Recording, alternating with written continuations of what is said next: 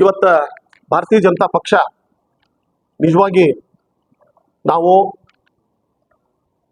ಇನ್ನು ಮುಂದೆ ಬರ್ತಕ್ಕಂತಹ ದಿನಮಾನಗಳಲ್ಲಿ ಸಂಘಟನಾತ್ಮಕವಾಗಿ ಈ ಒಂದು ಏನೋ ಬಸನಗೌಡರ ಒಂದು ಉಚ್ಚಾಟನೆ ಏನಾಗಿದೆ ಈ ಒಂದು ವಿಷಯದೊಳಗೆ ಭಾರತೀಯ ಜನತಾ ಪಕ್ಷದ ಕಾರ್ಯಕರ್ತರಾಗಲಿ ಯಾರೇ ಆಗಲಿ ನಾವು ಸರಿಯಾದ ಹೆಜ್ಜೆಯನ್ನ ಇಟ್ಟು ಮುಂದೆ ನಡೆದ್ರೆ ಅದು ಪಕ್ಷಕ್ಕೂ ಒಳ್ಳೆಯದಾಗ್ತದೆ ಮತ್ತು ಸಮಾಜಕ್ಕೂ ಕೂಡ ಒಳ್ಳೆಯದಾಗ್ತದೆ. ಮತ್ತು ಇಲ್ಲಿವರೆಗೂ ನನಗೆ ಮೀಡಿಯಾದೊಳಗೆ ಮಾಧ್ಯಮದೊಳಗೆ ಬರ್ತಕ್ಕಂಥದ್ದು ಅಂದ್ರೆ ಎಷ್ಟೋ ಕಾರ್ಯಕರ್ತರು ರಾಜೀನಾಮೆಯನ್ನು ಕೊಟ್ಟಾರ ಅಂತಕ್ಕಂತಹ ಮಾತನ್ನು ಕೂಡ ಕೇಳಿ ಬರ್ತಾ ಇದೆ.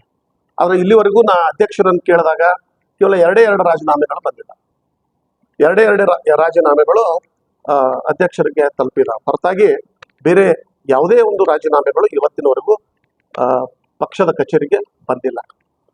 ಹೀಗಾಗಿ ಇಲ್ಲಿ ಅನಾವಶ್ಯಕರವಾದಂತಹ ಗೊಂದಲವನ್ನು ಸೃಷ್ಟಿಸಿದಕ್ಕಿಂತಲೂ ಪ್ರತಿಭಟನೆಯನ್ನ ಮಾಡಬೇಕಾದಾಗ ನಮ್ಮ ಸನ್ಮಾನ್ಯ BS ಯಡಿಯೂರಪ್ಪ ಅಂತಹ ಮಹಾನ್ ನಾಯಕರಿಗೆ ಅಪಮಾನ ಮಾಡುವ ರೀತಿಯಲ್ಲಿ ಏನಾದರೂ ಪ್ರತಿಭಟನೆ ಆದ್ರೆ ಮತ್ತು ಅವ್ರನ್ನ ಮರಳಿ ತಗೊಳ್ರಿ ಅಂತಕ್ಕಂತಹ ಒಂದು ನೈತಿಕ ಹಕ್ಕು ಅವ್ರಿಗೆ ನಿಮಗೆ ಇರುವುದಿಲ್ಲ. ಹೀಗಾಗಿ ಯಾವುದೇ ಒಂದು ನಾವು ಪ್ರತಿಭಟನೆ ಮಾಡಬೇಕಾದಾಗ ಒಂದು ಸರಿಯಾದ ದಿಕ್ಕಿನೊಳಗ ಸರಿಯಾದ ಮಾರ್ಗದೊಳಗ ನಾವು ಮಾಡಿ ಅದಕ್ಕೇನು ಯಾವುದೇ ಅಡೆತಡೆ ಇಲ್ಲ. ಆದ್ರೆ ನಾವು ಏನು ಮಾಡ್ತಾ ಇರ್ತೀವಿ ಅದನ್ನ ನಾವು ಸರಿಯಾಗಿ ನೋಡಬೇಕಾಗ್ತದೆ. ಮತ್ತು ಸಮಾಜದ ಹೆಸರನ್ನ ಪದೇ ಪದೇಯಾಗಿ ದುರ್ಬಳಕೆ ಮಾಡ್ತಕ್ಕಂಥದ್ದನ್ನು ಕೂಡ ಸರಿಯಲ್ಲ ಅಂಥೇಳಿ ಈ ಸಂದರ್ಭದಲ್ಲಿ ನಾನು ಹೇಳಿಕ್ ಬಯಸ್ತಾ ಇದ್ದೇನೆ. ಯಡಿಯೂರಪ್ಪನವರು ಇತ್ತೀಚೆಗೆ ಗುಲ್ಬರ್ಗಾದೊಳಗೆ ಅವರ ಮೊಮ್ಮಗನ ಒಂದು ವೈವಾಹಿಕ ಸಂಬಂಧವನ್ನ ಶರಣಬಸಪ್ಪ ಅಪ್ಪ ಅವರ ಮನೆತನ ಜೊತೆಗೆ ಮಾಡಿದ್ರು. ರಾಘವೇಂದ್ರ ಅವರ ಚಿರಂಜೀವಿ ಒಂದು ವಿವಾಹ ಸಂಬಂಧ ಮತ್ತು ಶರಣಬಸಪ್ಪ ಅಪ್ಪ ಅವರು ಪಂಚಮಸಾಲಿ. ಇದನ್ನ ನಾನು ತಮ್ಮ ಮೂಲಕ ಹೇಳಿಕ್ ಬಯಸ್ತಾ ಇದ್ದೀನಿ.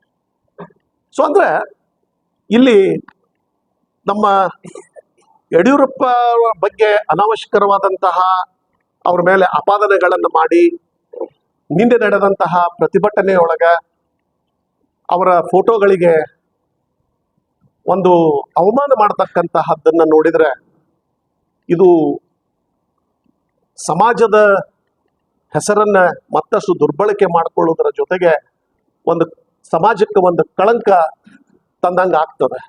ಅದಕ್ಕೆ ಪ್ರತಿಭಟನೆ ಮಾಡುವ ಒಂದು ಹಕ್ಕಿದೆ. ಅದು ಯಾವ ರೀತಿಯಾಗಿ ಮಾಡಬೇಕು ಅದನ್ನು ನೀವು ಆತ್ಮಾವಲೋಕನ ಮಾಡಿಕೊಳ್ಳೋದು ಬಹಳ ಅವಶ್ಯಕರ ಅಂತೇಳಿ ನನಗೆ ಅನಿಸ್ತದೆ. ಯಾಕಂದ್ರೆ ಇದು ವಿಜೃಂಭಣೆ ಮಾಡುವುದಾಗಲಿ ಅಥವಾ ಇದರದ್ದು ಸಮಯ ಅಲ್ಲ. ಇದೊಂದು ಪಕ್ಷ ಒಂದು ಆತ್ಮಾವಲೋಕನ ಮಾಡಲಿಕ್ಕೆ ಇವರಿಗೆ ಒಂದು ಅವಕಾಶವನ್ನು ಕೊಟ್ಟಿದೆ. ಮತ್ತು ಇವರೊಬ್ಬರು ದೊಡ್ಡ ನಾಯಕರು ಮತ್ತು ಕಳೆದ ನಮ್ಮ ಜಿಲ್ಲೆಯೊಳಗ ಏಕೈಕ ಶಾಸಕರವರು. ಆದರೆ ಅವ್ರಿಗೆ ಪಕ್ಷ ಒಂದು 30 ಕ್ಷೇತ್ರ ಗೆದಿಯುವ ಜವಾಬ್ದಾರಿಯನ್ನು ಕೂಡ ಕೊಟ್ಟಿತ್ತು. ಆದ್ರೆ ಜನ ಅದನ್ನ ತಿರಸ್ಕಾರ ಮಾಡಿದರು. ಭಾರತೀಯ ಜನತಾ ಪಕ್ಷ ಅವರ ನೇತೃತ್ವದೊಳಗ 30 ಕ್ಷೇತ್ರಗಳನ್ನ ಪ್ರಚಾರದ ಜವಾಬ್ದಾರಿ ಕೊಟ್ಟಾಗ ಅದರಲ್ಲಿ ವಿಶೇಷವಾಗಿ ಬಿಜಾಪುರದೊಳಗೆ 7 ಕ್ಷೇತ್ರಗಳು ನಾವು ಸೋತಿವಿ. ಆದರೂ ಕೂಡ ಜನ ಮತ್ತೆ ಈ ಒಂದು MP ಎಲೆಕ್ಷನ್ದೊಳಗ ಎಲ್ಲಿ ನಾವು ಸೋತಿದ್ವಿ ಅಲ್ಲೇ ಹೆಚ್ಚಿನ ಲೀಡು ಕೂಡ ಕೊಟ್ಟರು. ಅವಾಗ ಬಿಜಾಪುರ ನಗರದಿಂದ ನಮಗೆ 10,000 ಹಿನ್ನಡೆ ಆಯ್ತು. ಆದರೂ ಕೂಡ ನಾವು ಬಸನಗೌಡರನ್ನ ಭಾರತೀಯ ಜನತಾ ಪಕ್ಷದ ಒಬ್ಬ ಬಲಾಢ್ಯ ನಾಯಕ ಅಂತೇಳಿ ಒಪ್ಕೊಳ್ತೀವಿ. ಆದ್ರೆ ಈ ಒಂದು ಏನು ಅನಾವಶ್ಯಕರವಾಗಿ ಈ ಒಂದು ತಮ್ಮ ಹೇಳಿಕೆಗಳನ್ನ ತಮ್ಮ ಮಾತುಗಳನ್ನ ಸ್ವಲ್ಪ ನಿಯಂತ್ರಣದೊಳಗೆ ಇಟ್ಟುಕೊಂಡು ಮುನ್ನಡೆದರೆ ಅವರಿಗೆ ಒಳ್ಳೆ ಒಂದು ಭವಿಷ್ಯ ಅದ ಅಂತ ಹೇಳಿ ಈ ಸಂದರ್ಭದಲ್ಲಿ ಹೇಳಿಕ್ ಬಯಸ್ತಾ ಇದ್ದೇನೆ. ಪಕ್ಷ ಯಾವುದೇ ಒಬ್ಬ ಮುಖಂಡನ ಬಗ್ಗೆ ಆಗಲಿ ಯಾರದೇ ಬಗ್ಗೆ ಒಂದು ಉಚ್ಚಾಟನೆಯ ನಿರ್ಣಯವನ್ನು ತೆಗೆದುಕೊಂಡಾಗ ಅದನ್ನು ಒಯ್ದು ಸಮಾಜಕ್ಕೆ ನಾವು ಹಚ್ಚುವುದು ಸಮಂಜಸ ಅಲ್ಲ ಅಂತೇಳಿ ಹೇಳಲಿಕ್ಕೆ ಬಯಸ್ತಾ ಇದ್ದೀನಿ. ಯಾಕಂದ್ರೆ ಪಾಲಿಟಿಕ್ಸ್ ಬೇರೆ, ಸಮಾಜ ಬೇರೆ. ನಾವು ರಾಜಕಾರಣದೊಳಗೆ ಸಮಾಜದ ಎಲ್ಲರೂ ಎಲ್ಲ ಪಕ್ಷದೊಳಗೆ ಇರ್ತೀವಿ, ಒಂದೇ ಪಕ್ಷಕ್ಕೆ ನಾವು ಯಾರೂ ಸೀಮಿತ ಆಗಿರಂಗಿಲ್ಲ. ಸೊ ಅದಕ್ಕೆ ಈ ಸಂದರ್ಭದೊಳಗೆ ನಮ್ಮ ಪರಮ ಪೂಜ್ಯರಾದಂತಹ ಜಯ ಮುತ್ತುಂಜಯ ಸ್ವಾಮೀಜಿಯವರು ನಿನ್ನೆ ಬೆಳಗಾವಿಯೊಳಗೆ ಅವರು ಒಂದು ಸಭೆಯನ್ನು ಕೂಡ ಮಾಡಿದ್ದಾರೆ, ಪಂಚಮಸಾಲಿ ಸಭೆ. ಅಲ್ಲಿ 13ನೇ ತಾರೀಕಿಗೆ ನಾವು ಒಂದು ಪ್ರತಿಭಟನೆ ಮಾಡ್ತೀವಿ, ಅವ್ರನ್ನ ಮತ್ತೊಮ್ಮೆ ಪಕ್ಷಕ್ಕೆ ಸೇರಿಸ್ಕೊಳ್ಬೇಕು ಅಂತೇಳಿ ಒತ್ತಾಯ ಮಾಡ್ತಾ ಇದ್ದಾರೆ. ಆದ್ರೆ ರಾಜಕಾರಣದೊಳಗ ಇವತ್ತು ನಾವೇನ್ ನೋಡ್ತಾ ಇದ್ದೀವಿ ಅಂತಂದ್ರೆ, ಯಾವುದೇ ಲಿಂಗಾಯತದ ಇತರ ಸಮಾಜಗಳು ಈ ರೀತಿ ಎಲ್ಲಿನೂ ಚರ್ಚೆಗೆ ಬರ್ತಾ ಇಲ್ಲ. ಕೇವಲ ಪಂಚಮಸಾಲಿ ಅಂತಕ್ಕಂಥದ್ದನ್ನ ಮುನ್ನಡೆಗೆ ತರ್ತಕ್ಕಂಥದ್ದು ಸಮಾಜದಲ್ಲಿರ್ತಕ್ಕಂತಹ ಅನೇಕರಿಗೆ ಅದು ನೋವುಂಟು ಮಾಡ್ತಾ ಇದೆ. ಅವರಲ್ಲಿ ಒಂದು ಶಕ್ತಿ ಇದೆ, ಸಾಮರ್ಥ್ಯ ಇದೆ. ಬಸವನಗೌಡ ಪಾಟೀಲರು ಅದನ್ನ ಎದುರಿಸ್ತಾರೆ. ಆದ್ರೆ ಸಮಾಜಕ್ಕೆ ಅದನ್ನ ತಳಕ್ಕೆ ಹಾಕುವುದು ಸರಿಯಲ್ಲ ಅಂತ ಹೇಳಿ ಈ ಸಂದರ್ಭದಲ್ಲಿ ಹೇಳಿಕ್ಕೆ ಬಯಸ್ತಾ ಇದ್ದೀನಿ. ನಮ್ಮ ಸಮಾಜದ ಸಲುವಾಗಿ ಎಲ್ಲ 2A ಮೀಸಲಾತಿ ಹೋರಾಟ ಮಾಡಿದ್ರು. ಆದ್ರೆ ಅಲ್ಲಿನೂ ಕೂಡ ಏನಾಗ್ತಿತ್ತು ಅಂತಂದ್ರೆ, ಸಮಾಜದ ಹೆಸರ ಅದು ಬರ್ತಾ ಇತ್ತು, ಹೋರಾಟ ಮತ್ತು ಮೀಸಲಾತಿ ಲಾಭ ಪಡ್ಕೊಳ್ಳೋರು ಯಾರು ಆಗ್ತಿತ್ತು. ಸೊ ಇದು ಬಹಳಷ್ಟು ಗೊಂದಲವನ್ನ ಸಮಾಜದೊಳಗೆ ಸೃಷ್ಟಿ ಮಾಡಿದೆ. ಅದಕ್ಕೆ ನಾನು ಸಮಾಜದ ಹಿರಿಯರೊಳಗ ಮತ್ತು ಶ್ರೀಗಳಿಗೆ ವಿನಂತಿಸಿಕೊಳ್ಳುವುದೇನಂತಂದ್ರೆ, ಒಮ್ಮೆ ಎಲ್ಲ ನಾಯಕರು ಕೂತ್ಕೊಂಡು ನಾವೆಲ್ಲ ಆತ್ಮಾವಲೋಕನ ಮಾಡ್ಕೊಳ್ಳೋಣ, ಸಮಾಜದ ಬಗ್ಗೆ ಯಾವ ರೀತಿಯಾಗಿ ಮುನ್ನಡೆಸ್ಕೊಂಡು ಹೋಗ್ಬೇಕು ಅಂತಕ್ಕಂಥದ್ದನ್ನ ನಾವು ಆತ್ಮಾವಲೋಕನವನ್ನ ಮಾಡ್ಕೊಂಡು ಮುಂದುವರೆದ್ರೆ ಇವತ್ತ ಎಲ್ಲರಿಗೂ ಅದು ಒಳ್ಳೇದಾಗಬಹುದು ಅಂತಕ್ಕಂಥದ್ದನ್ನ ಈ ಸಂದರ್ಭದಲ್ಲಿ ಹೇಳಿಕ್ಕೆ ಬಯಸ್ತಾ ಇದ್ದೇನೆ. ಇಲ್ಲೇನಿದೆ ಅಂತಂದ್ರೆ, ಈ ರೀತಿಯಾದಂಥ ಪ್ರತಿಭಟನೆಯನ್ನ ಮಾಡುವುದಕ್ಕಿಂತಲೂ ನನಗನಿಸ್ತದ ಸ್ವಲ್ಪ ಹಿರಿಯರ ಜೊತೆ ಸೇರ್ಕೊಂಡು ಒಂದು ಆತ್ಮಾವಲೋಕನ ಸಭೆಯನ್ನ ಮಾಡ್ಕೊಂಡ ಸರಿಯಾದ ಮಾರ್ಗದೊಳಗ ಹೋದ್ರೆ ಅವರಿಗೆ ಒಂದಿಷ್ಟು ಭವಿಷ್ಯ ಅದ ಅಂತ ಹೇಳಿ ಹೇಳಿಕ್ ಬಯಸ್ತಾ ಇದ್ದೀನಿ. ಮತ್ತು ಈಗಾಗಲೇ ಕೇವಲ ಸನ್ಮಾನ್ಯ BS ಯಡಿಯೂರಪ್ಪನವರನ್ನ, ಸನ್ಮಾನ್ಯ ನಮ್ಮ ರಾಜ್ಯಾಧ್ಯಕ್ಷರಾದಂಥ ವಿಜೇಂದ್ರ ಅವರನ್ನ ಟಾರ್ಗೆಟ್ ಮಾಡ್ತಾ ಮಾಡ್ತಾ ಮಾಡ್ತಾ ಅಂದ್ರೆ ಅವರು ಬಗ್ಗೆ ಅನವಶ್ಯಕರವಾದಂತಹ ಹೇಳಿಕೆಗಳನ್ನ ಕೊಡ್ತಾ, ಅವರು ಲಿಂಗಾಯತರು ಅಲ್ಲ, ಲಿಂಗಾಯತ ವಿರೋಧಿ ಅದಾರೆ, ಪಂಚಮಸಾಲಿ ವಿರೋಧಿ ಅದಾರೆ, ಭ್ರಷ್ಟಾಚಾರ ಅದಾರೆ. ಆದ್ರೆ ಇದಕ್ಕೆ ಯಾವುದಕ್ಕೂ ಒಂದು ಒಂದು ದಾಖಲೆ ಇಲ್ಲದೆ ಕೇವಲ ಅವ್ರ ಮೇಲೆ ಅಪಾದನೆ ಮಾಡ್ತಕ್ಕಂಥದ್ದು, ಇದು ಇವತ್ತ ಅವರಿಗೆ ಈ ಒಂದು ಪಕ್ಷದಿಂದ ಉಚ್ಚಾಟನೆ ಮಾಡ್ತಕ್ಕಂಥ ಸ್ಥಿತಿಗೆ ಬಂದು ತಲುಪಿದ್ರು. ಅವ್ರ ಜೊತೆ ಇರ್ತಕ್ಕಂಥವ್ರು ಅವರಿಗೆ ಸಲಹೆಗಳನ್ನು ಕೊಡಬೇಕಾಗಿತ್ತು. ಒಂದು ಪಾಸಿಟಿವ್ ಸಲಹೆಗಳನ್ನು ಕೊಟ್ಟಿದ್ರೆ ಈ ಪರಿಸ್ಥಿತಿ ನಿರ್ಮಾಣ ಆಗ್ತಿರ್ಲಿಲ್ಲ ಅಂತ ಹೇಳಿ ನನಗನಿಸ್ತದೆ. ಮತ್ತು ಸನ್ಮಾನ್ಯ BS ಯಡಿಯೂರಪ್ಪ ಸಾಹೇಬರು ತಮ್ಮ ಒಂದು ಜೀವನವನ್ನೇ ಈ ಪಕ್ಷ ಕಟ್ಟುವಲ್ಲಿ ತಮ್ಮನ್ನು ತಾವು ಸಮರ್ಪಣೆ ಮಾಡ್ಕೊಂಡಿದ್ದಾರೆ. ಅದಷ್ಟೇ ಅಲ್ಲ, ಪಂಚಮಸಾಲಿ ಸಮಾಜಕ್ಕೆ ಯಾವಾಗ ಅವರು ಮುಖ್ಯಮಂತ್ರಿ ಆದಾಗ ಅನೇಕ ನಾಯಕರನ್ನ ಬೆಳೆಸಿದ್ದಾರೆ. ಅವ್ರ ಕ್ಯಾಬಿನೆಟ್ ಒಳಗೆ ಏನಿಲ್ಲ ಅಂದ್ರೂ 3 ಮಂದಿ ಪಂಚಮಸಾಲಿಯರು ಇದ್ದೇ ಇರ್ತಿದ್ರು. ಮುರುಗೇಶ್ ನಿರಾಣಿ ಅವರಾಗ್ಲಿ, CC ಪಾಟೀಲ್ರು, ಕಳಕಪ್ಪ ಬಂಡಿಯವರು ಮತ್ತು ಶಂಕರ್ ಪಾಟೀಲ್ ಮುನೇಕಪ್ಪನವರು, ಮತ್ತು ಅಷ್ಟೇ ಅಲ್ಲದೆ ಮೊದಲಿಗಿದ್ದು ನಮ್ಮ ರೈತ ಮುಖಂಡರಾದಂತಹ ಬಾಬಾಗೌಡ ಪಾಟೀಲ್ರನ್ನು ಕೂಡ ಕೇಂದ್ರದೊಳಗೆ ಮಂತ್ರಿ ಮಾಡಿದ್ರು. ಸೊ ಪಂಚಮಸಾಲಿ ಅನ್ಯಾಯ ಮಾಡ್ಯಾರ ಅಂತೇಳಿ ಹೇಳ್ತಕ್ಕಂಥದ್ದು ಇದು ಬಹಳ ಸತ್ಯದಿಂದ ದೂರ ಇರ್ತಕ್ಕಂಥದ್ದು. ಮತ್ತು ಇನ್ನೊಂದು ವಿಷಯವನ್ನ ನಾನು ಈ ಸಂದರ್ಭದಲ್ಲಿ ಹೇಳಿಕ್ ಬಯಸ್ತಾ ಇದ್ದೀನಿ. ನಮ್ಮ ಭಾರತೀಯ ಜನತಾ ಪಕ್ಷದ ಧುರೀಣರಾದಂಥ ಸುರೇಶ್ ಬಿರಾದಾರ್ ಅವರು ಹಾಗೂ ನಾನು ಇಬ್ಬರು ನಡೆಸ್ತಾ ಇದ್ದೇವೆ. ಈಗ ನಮ್ಮ ಹಿರಿಯರಾದಂಥ ಸುರೇಶ್ ಬಿರಾದಾರ್ ಅವರು ನಡೆಸಿಕೊಡ್ಬೇಕಾಗ್ತದೆ. ಇವತ್ತ ಈ ಒಂದು ಪತ್ರಿಕಾಗೋಷ್ಠಿಯನ್ನ ಕರಿಬೇಕಾದ್ರೆ ತಮಗೆಲ್ಲ ಗೊತ್ತಿರುವ ಹಾಗೆ ಮೊನ್ನೆ ನಮ್ಮ ಭಾರತೀಯ ಜನತಾ ಪಕ್ಷದ ಕೇಂದ್ರೀಯ ಶಿಸ್ತು ಸಮಿತಿ ನಗರ ಶಾಸಕರಾದಂತಹ ಸನ್ಮಾನ್ಯ ಬಸನಗೌಡ ಪಾಟೀಲ್ ಯತ್ನಾಳ್ ಅವರನ್ನ ಉಚ್ಚಾಟನೆಯನ್ನ ಮಾಡಿ ಆದೇಶವನ್ನ ಹೊರಡಿಸಿದ್ದಾರೆ. ಈ ಒಂದು ಉಚ್ಚಾಟನೆ ಆದೇಶ ಹೊರಬಿದ್ದ ನಂತರದೊಳಗೆ ಕೆಲವೊಂದು ಘಟನೆಗಳು, ವಿರೋಧಗಳು ಮತ್ತು ಪರವಾಗಿಯೂ ಕೂಡ ಧ್ವನಿಗಳು ಎತ್ತಿದ್ದು. ಆದರೆ ನಾನು ಈ ಸಂದರ್ಭದಲ್ಲಿ ಹೇಳೋದಿಷ್ಟೇ, ಇವತ್ತ ಬಸನಗೌಡ ಪಾಟೀಲ್ ಯತ್ನಾಳ್ ಅವರನ್ನ ಉಚ್ಚಾಟನೆ ಮಾಡಿದ್ದು, ಭಾರತೀಯ ಜನತಾ ಪಕ್ಷದ ವತಿಯಿಂದ ಉಚ್ಚಾಟನೆ ಮಾಡಿದ್ದು ಒಂದು ದುರದೃಷ್ಟಕರವಾದಂಥದ್ದು ಅಂತಾನೆ ಹೇಳಿಕ್ ಬಯಸ್ತೇನೆ. ಇದು ಆಗಬಾರ್ದಾಗಿತ್ತು ಅಂತಕ್ಕಂತಹ ಒಂದು ಭಾವನೆ ಕೂಡ ನಮ್ಮ ಕಾರ್ಯಕರ್ತರೊಳಗೆ ಇದೆ. ಆದ್ರೆ ಎಲ್ಲದಕ್ಕೂ ಒಂದು ಮಿತಿ, ಲಿಮಿಟ್ ಅನ್ನೋದಿರ್ತದೆ. ಆ ಒಂದು ಮಿತಿಯನ್ನ ನಾವು ದಾಟಿದಾಗ ಪಕ್ಷ ಅನಿವಾರ್ಯವಾಗಿ ಇಂತಹ ಕ್ರಮವನ್ನ ಕೈಗೊಳ್ಳಬೇಕಾಯ್ತು. ಇದು ಅನಿರೀಕ್ಷಿತವಾಗಿ ನಮ್ಮೆಲ್ಲರಿಗೂ ತಿಳಿದು ಬಂದ ವಿಷಯ. ಆದ್ರೆ ಇವತ್ತ ಬಸನಗೌಡ ಪಾಟೀಲರು ಉಚ್ಚಾಟನೆ ಆದ ನಂತರ ಕೆಲವೊಂದು ಪ್ರತಿಭಟನೆಗಳು ನಡೆದು ಮತ್ತು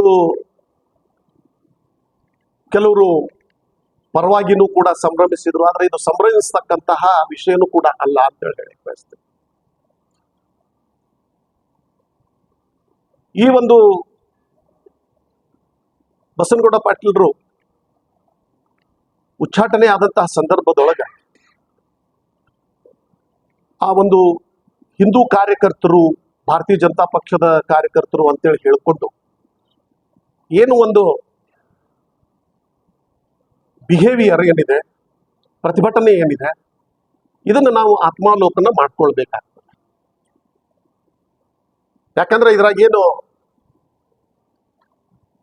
ಯಾರು ಹೊರಗಿನವ್ರಿಲ್ಲ. ಮತ್ತು ಇದರೊಳಗೆ ಇನ್ನೊಂದೇನಾಗಿದೆ ಅಂತಂದ್ರೆ, ನಮ್ಮ ಈ ಒಂದು ಮೀಡಿಯಾದೊಳಗೂ ಕೂಡ ಪಂಚಮಸಾಲಿ ಸಮಾಜ ಅಂತ ಹೇಳಿ ಬಹಳಷ್ಟು ಹೈಲೈಟ್ ಆಗ್ತಾ ಇದೆ. ಪಂಚಮಸಾಲಿ ಸಮಾಜ ಇದನ್ನ ವಿರೋಧ ಮಾಡ್ತದೆ, ಪ್ರತಿಭಟನೆ, ಪಂಚಮಸಾಲಿ ಹೆಸರಿನ ಮೇಲೆ ಪ್ರತಿಭಟನೆಯನ್ನು ಮಾಡ್ತಕ್ಕಂಥದ್ದು. ಮತ್ತು ಅದೇ ರೀತಿ ನಿನ್ನೆನೂ ಕೂಡ ನಡೆದಂತಹ ಒಂದು ಪ್ರತಿಭಟನೆ, ಇಲ್ಲಿನೂ ಕೂಡ ಗಾಂಧಿ ಚೌಕದೊಳಗೆ ನಡೆದಂತಹ ಪ್ರತಿಭಟನೆ ಇದು ಪಂಚಮಸಾಲಿ ಪ್ರತಿಭಟನೆ. ಸೊ ಹೀಗಾಗಿ ಇದು ಅಂದ್ರೆ ಮಾಧ್ಯಮದೊಳಗೂ ಕೂಡ ಏನಾಗ್ತಾ ಇದೆ ಅಂತಂದ್ರೆ, ಪಂಚಮಸಾಲಿ ಅಂತಕ್ಕಂಥದ್ದು ಹೈಲೈಟ್ ಆಗ್ತಕ್ಕಂಥದ್ದು ಒಂದು ರೀತಿ ಸಮಾಜವನ್ನ ಇಕ್ಕಟ್ಟಕ್ಕೆ ಸಿಲುಕಿಸಿದಂತ ಆಗ್ತಾ ಇದೆ. ಯಾಕಂದ್ರೆ ನಿನ್ನೆ ಆತ್ಮಾವಲೋಕನ ಮಾಡ್ಕೊಂಡ್ರೆ ಅಲ್ಲಿ ಎಷ್ಟು ಮಂದಿ ಪಂಚಮಸಾಲಿಯರಿದ್ರು, ಅಲ್ಲಿ ಭಾಗವಹಿಸಿದಂಥವ್ರು ಹೆಚ್ಚು ಕಡಿಮೆ ಯಾರಿದ್ರು ಅಂತಕ್ಕಂಥದ್ದು ಬಹಳ ಮಂದಿಗೆ ಗೊತ್ತಿದೆ. ಈ ಒಂದು ಏನು ಸಿದ್ಧಸಿರಿ ಅಥವಾ ಅವರ ಎಂಪ್ಲಾಯೀಸು ಹೆಚ್ಚು ಕಡಿಮೆ ಅದರೊಳಗೆ ಭಾಗವಹಿಸಿದ್ದಾರೆ. ಮತ್ತು ಕೇಂದ್ರ ಸಚಿವರನ್ನಾಗಿ ಮಾಡಿದೆ, ಶಾಸಕರನ್ನಾಗಿ 3 ಸಲ ಆಯ್ಕೆ ಮಾಡಿದೆ. ಇದನ್ನೆಲ್ಲ ಮರೆತು ಪಕ್ಷವನ್ನು ಹಾಳು ಮಾಡುವಂತ ಕೆಲಸವನ್ನು ಮಾಡೋದಕ್ಕೆ ತಾವು ಮಾಡದ್ದನ್ನ ತಾವು ಉಂಡಾರ. ಅದನ್ನ ಬೇರೆಯವರಿಗೆ, ಯಡಿಯೂರಪ್ಪನವ್ರಿಗಾಗಲಿ, ವಿಜೇಂದ್ರ ಅವ್ರಿಗಾಗಲಿ, ಅಥವಾ ನಮ್ಮ ಇನ್ನುಳಿದ ಯಾರೇ ಪಕ್ಷದ ಹಿರಿಯರಾಗಲಿ ಗೂಬಿ ಕುಡಿಸುವಂಥ ಕೆಲಸ ಮಾಡಬೇಡ್ರಿ ಗೌಡ್ರೆ. ಯಾಕಂತಂದ್ರೆ ನೀವು ರಾಜ್ಯ ನಾಯಕರು, ಮಾಸ್ ಲೀಡ್ರು, ಹಿಂದೂ ಫೈರ್ ಬ್ಯಾಂಡ್ ಅದಿರಿ. ನಿಮಗೆ ಮತ್ತೆ ಹೊಳ್ಳಿ ಮರಳಿ ತಗೋ ಅಂತೇಳಿ ಸ್ಟ್ರೈಕ್ ಮಾಡೋಕ್ಕಿಂತ ಬದಲು ನೀವು ಎಲ್ಲ ನಿಮ್ಮ ಕಾರ್ಯಕರ್ತರಿಗೆ ಹಿರಿಯರಿಗೆ ಕರೆದು ಒಂದು ಸೂಚನೆ ಕೊಡ್ರಿ. ನನ್ನ ತಾಕತ್ತು ಎಷ್ಟೈತಿ? 140 ಸೀಟ್ ಗೆಲ್ಲಿಸುವಂಥ ತಾಕತ್ತು ಐತಿ ಗೌಡ್ರಿಗೆ. ಮತ್ತೆ ಯಾಕೆ ಬಿ ಜೆ ಪಿ ಒಳಗೆ ಹೋಗೋಣ? ನನ್ನ ಹಿಂದುತ್ವದ ಆಧಾರದ ಮೇಲೆ ನಾ ಗೆಲ್ಲಿಸಿ ತೋರಿಸ್ತೇನೆ ಬಿ ಜೆ ಪಿ ಅವರು ಅಂತೇಳಿ ನೀವು ಕಾರ್ಯಕರ್ತರಿಗೆ ಕರೆ ಕೊಡ್ರಿ. ಪಕ್ಷ ಕಟ್ತೇನೆ ಅಂತಿಲ್ಲ, ಕಟ್ರಲ್ಲ. ಮತ್ತೆ ಯಾಕೆ ಸ್ಟ್ರೈಕ್ ಮಾಡಿಸಿ ಹೊಳ್ಳಿ ಪಕ್ಷಕ್ಕೆ ಬರ್ತೇವೆ, ಪಕ್ಷಕ್ಕೆ ಹೋಗಿ ಇದನ್ನ ಮಾಡೋದು ಬೇಡ ಗೌಡ್ರೆ. ನಿಮ್ಮ ತಾಕತ್ತು ಏನೈತಲ್ಲ ತೋರಿಸ್ರಿ. ನಿಮ್ಮ ಕಾರ್ಯಕರ್ತರಿಗೆ ಕರೆದು ಹೇಳ್ರಿ, ಇಲ್ಲ ನನ್ನ ತಾಕತ್ತು ತೋರಿಸ್ಬೇಕಾಗೈತಿ ಬಿ ಜೆ ಪಿ ಅವ್ರಿಗೆ, ಮತ್ತು ಬೇರೆ ಪಕ್ಷದವ್ರಿಗೆ ಗೊತ್ತಾಗ್ತೈತಿ ನಿಮ್ಮ ತಾಕತ್ತು ಎಟ್ಟೈತಿ ಏನಿಲ್ಲ. ಅದನ್ನು ಮಾಡ್ರಿ. ಸುಮ್ಮನೆ ಅಲ್ಲಿ ಗಲಾಟೆ ಮಾಡಿಸೋದು ಯಾರಿಗ್ರೆ ನಿಮ್ಮ ಸಿರಿ ಸ್ಟಾಫ್ದವ್ರಿಗೆ ಎಲ್ಲ ಸ್ಟಾಫ್ದವ್ರಿಗೆ ಕರೆಸಿ ಸ್ಟ್ರೈಕ್ ಮಾಡಿಸೋದ್ರಿಂದ ಲಾಭ ಇಲ್ರಿ ಗೌಡ್ರೆ. ಯಾವ ಕಾರ್ಯಕರ್ತರು ನಿಮ್ಮ ಹಿಂದಿಲ್ಲ. ಏನು ನಿಮ್ಮ ಮನೆ ಸ್ವಲ್ಪ ದಿವಸದಿಂದ ಏನು ಬಂದಿದ್ರಲ್ಲ ಅವ್ರು ನಿಮ್ದಿಂದ ಹೋಗ್ಯಾರ. ಗಟ್ಟಿ ಇರುವಂಥ ಕಾರ್ಯಕರ್ತರು ಅದಾರ ಇಲ್ಲೇ, ನಿಮ್ಮಿಂದ ಹೋಗಲ್ಲ ಅವರು. ಮತ್ತು ಯಾವಾಗಲೂ ಗಟ್ಟಿನೇ ಅದಾರ ಅವರು, ಈಗಾದರೂ ಗಟ್ಟಿಯಾಗೇ ಉಳಿತಾರೆ. ಮತ್ತು ಪಕ್ಷ ಇವರಿಂದ ಯಾವುದೇ ರೀತಿಗೆ ತೊಂದರೆ ಆಗ್ತೈತೆ ಅನ್ನೋದು ಏನು ಕಲ್ಪನೆ ಐತಲ್ಲ, ಅದು ಯಾವುದೇ ರೀತಿಯಿಂದ ಕಲ್ಪನೆಯನ್ನು ತಾವು ತಲೆಯಾಗಿ ಇಟ್ಕೊಳಕ್ಕೆ ಹೋಗ್ಬೇಡ್ರಿ. ಹಿಂದೆ ಕೂಡ ಬಸವನಗೌಡ ಪಾಟೀಲ್ ಅವರು ನಮ್ಮ ಪಕ್ಷದಾಗ ಇಲ್ಲಾರ್ದಾಗೆ ನಮ್ಮ ಜಿಲ್ಲಾದಾಗ 5 ಸೀಟ್ಗಳು ಇದ್ದವು. ಶಾಸಕರಿದ್ರು, 5 ಮಂದಿ ಶಾಸಕರಿದ್ರು. ಇವರು ಪಕ್ಷ ಒಳಗೆ ಬಂದ ಮ್ಯಾಗ ಈಗ ಇವತ್ತು ನೋಡ್ತೀರಿ ಒಬ್ಬರೇ ಅದಾರ ಇವರು. ಅಂದ್ರೆ ಇವ್ರ ತಾಕತ್ ತೋರಿಸ್ಬೇಕಾಗಿತ್ತಲ್ಲ, ಹೋದ ಎಲೆಕ್ಷನ್ ಆಗಲಿ ಅಥವಾ ಅದ್ರ ಹಿಂದಿನ ಎಲೆಕ್ಷನ್ದಾಗ ತೋರಿಸ್ಬೇಕಾಗಿತ್ತು. ಅದಕ್ಕೆ ಇವ್ರದ್ದು ಪಕ್ಷಕ್ಕೆ ಏನೋ ಕೊಡುಗೆನೂ ಇಲ್ಲ, ಇವ್ರದ್ದು ಅವಶ್ಯಕತೆನೂ ಇಲ್ಲ. ಒಳ್ಳೆ ನಿರ್ಧಾರ ತಗೊಂಡಾರೆ ನಮ್ಮ ಹೈಕಮಾಂಡ್. ಅದಕ್ಕೆ ನಮ್ಮ ಹೈಕಮಾಂಡ್ ಏನು ನಿರ್ಧಾರ ತಗೋತೈತಲ್ಲ, ನಾವು ಇಡೀ ಎಲ್ಲ ಕಾರ್ಯಕರ್ತರು ಏನು ಗೊಂದಲದಾಗಿದ್ರಲ್ಲ ಎಲ್ಲರೂ ಇವತ್ತ ಒಂದು ಇಡೀ ನಮ್ಮ ಜಿಲ್ಲೆ ಆಯಿತು, ರಾಜ್ಯದ ಕಾರ್ಯಕರ್ತರಾಯಿತು, ಒಳ್ಳೆಯ ಪಕ್ಷ ಸಂಘಟನೆ ಮಾಡಿ ಬರುವಂಥ ದಿನಗಳಲ್ಲಿ ಚುನಾವಣೆಯನ್ನು ನಾವು ಎದುರಿಸಿ ಮತ್ತೆ ಸರ್ಕಾರವನ್ನು ನಮ್ಮ ಭಾರತೀಯ ಜನತಾ ಪಕ್ಷದ ಸರ್ಕಾರ ರಚನೆ ಮಾಡ್ತೇವೆ. ಬಸನಗೌಡರ ಅವಶ್ಯಕತೆ ಪಕ್ಷಕ್ಕೂ ಇಲ್ಲ. ಮುಂದೆ ಅವರು ಏನಾದರೂ ಅವ್ರ ಕಾರ್ಯಕರ್ತರಿಗೆ ತಗೊಂಡು ತಮ್ಮ ತಾಕತ್ತನ್ನು ತೋರಿಸ್ಬೋದು ಅಂತ ಹೇಳಿ ಸಂದರ್ಭದಲ್ಲಿ ನಾನು ಹೇಳಕ್ಕೆ ಇಷ್ಟಪಡ್ತೀನಿ. ಏನು ಮೊನ್ನೆ ಬಸನಗೌಡ ನಮ್ಮ ನಗರ ಶಾಸಕರಾದಂಥ ಬಸನಗೌಡ ಪಾಟೀಲ್ ಯತ್ನಾಳ್ ಅವರು ನಮ್ಮ ಕೇಂದ್ರ ಸಮಿತಿಯವರು ಅವ್ರನ್ನ ಉಚ್ಚಾಟನೆ ಮಾಡಿದ ವಿಷಯ ಗೊತ್ತಾಯಿತು. ನಮ್ಮ ರಾಜ್ಯ ನಾಯಕರು ಹಾಗೂ ಕೇಂದ್ರ ನಾಯಕರಿಗೆ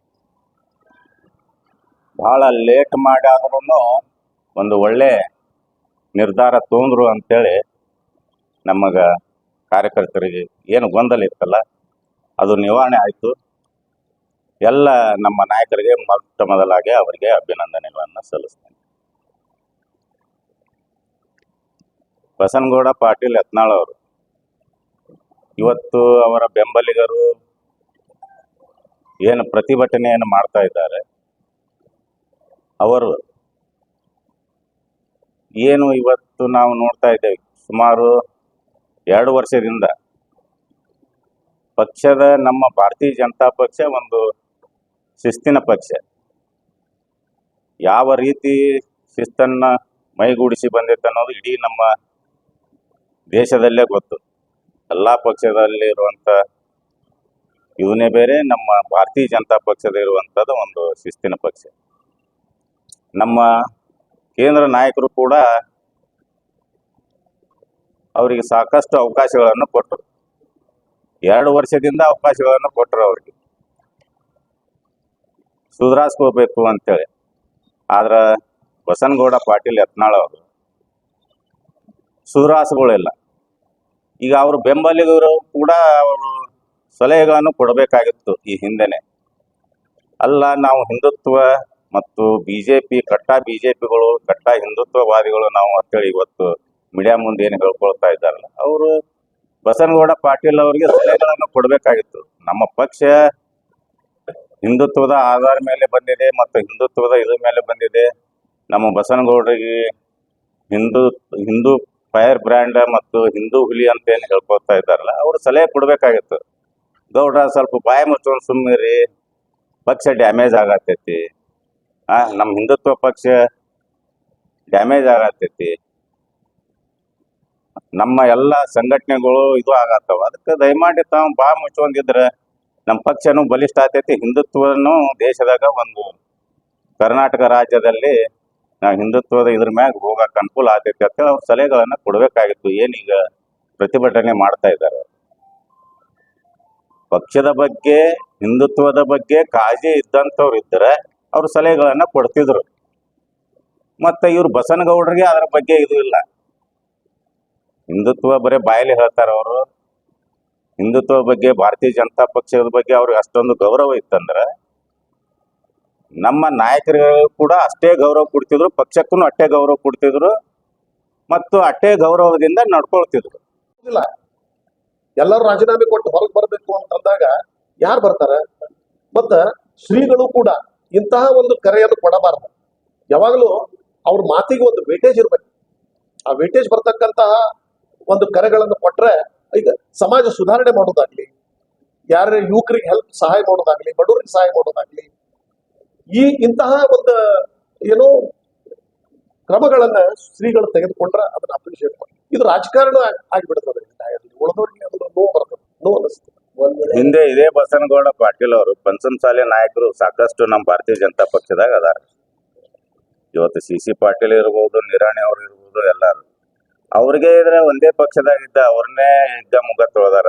ಅವ್ರಿಗೆ ರಾಜೀನಾಮೆ ಕೊಟ್ಟು ಇವ್ರ ಸಂಬಂಧ ಹೆಂಗ್ ಬೆನ್ನತ್ತಾರೆ? ಸಮಾಜದವ್ರು ಯಾವ್ದಿಲ್ಲ, ಅವ್ರಿಗ್ರೆ ಗೌರವ ಕೊಡ್ಬೇಕಾಗಿತ್ತಲ್ಲ. ಅವರು ಪಂಚಮಸಾಲಿಯವರು, ಇವರು ಪಂಚಮಸಾಲಿಯವರಲ್ಲ.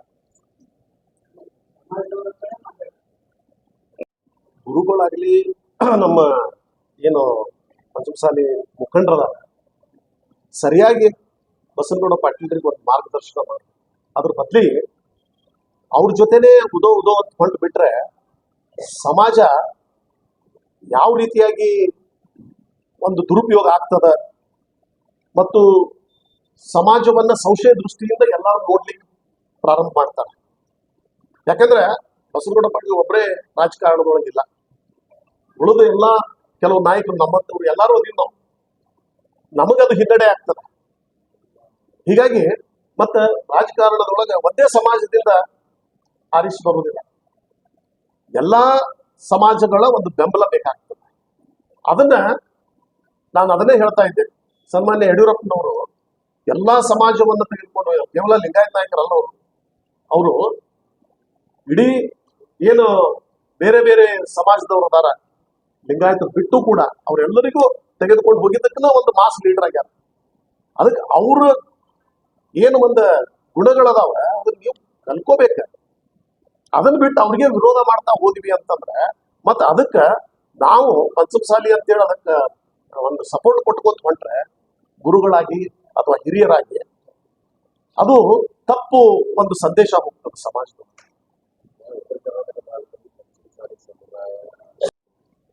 ಸಮಾಜ ಅಂತಂದಾಗ ಮತ್ತು ರಾಜಕಾರಣ ಎರಡು ಡಿಫ್ರೆಂಟ್ ಇದನ್ನೇ ಆಗ್ತಾವ. ಈಗ ಕೆಲವೊಂದು ಹೆಂಗಾಗ್ಬಿಡ್ತದೆ, ನಾ ಪಂಚಮಸಾಲಿ ಸಮಾಜದವ ಅದೀನಿ ಅಂತಂದ್ರೆ ಎಲ್ಲಾ ಪಂಚಮಸಾಲಿ ಸಮಾಜ ನಾನು ಹಿಂದಿರ್ತೈತಿ ಅಂತಿಲ್ಲ. ಯಾಕಂದ್ರೆ ಬೇರೆ ಬೇರೆ ಪಕ್ಷದೊಳಗೂ ಕೂಡ ನಮ್ಮ ಪಂಚಮಸಾಲಿ ನಾಯಕರು ಇರ್ತಾರೆ, ಲೀಡರ್ಸ್ ಇರ್ತಾರೆ, ಅವ್ರದೇ ಆದಂತ ಒಂದು ವೋಟ್ ಬ್ಯಾಂಕ್ ಇರ್ತದೆ, ಎಲ್ಲ ಇರ್ತದೆ. ಸೊ ಹೀಗಾಗಿ ಇಲ್ಲಿ ಆ ರೀತಿಯಾದಂತಹ ಒಂದು ತಿಳುವಳಿಕೆ ಇದ್ದ ಅದು ಭ್ರಮೆ ಆಗ್ತದೆ. ಹೀಗಾಗಿ ಇಲ್ಲಿ ಏನದ, ನಾನು ಪಂಚಮಸಾಲಿ ಅದೀನಿ ಅಂತಂದಾಗ ಇಡೀ ಪಂಚಮಸಾಲಿ ನಾನು ಹಿಂದೈತಿ, ಅದು ತಪ್ಪು. ಆಮೇಲೆ ಎಲ್ಲಾ ಪಕ್ಷದೊಳಗೆ ನಮ್ಮ ನಾಯಕರಿದ್ದಾರೆ.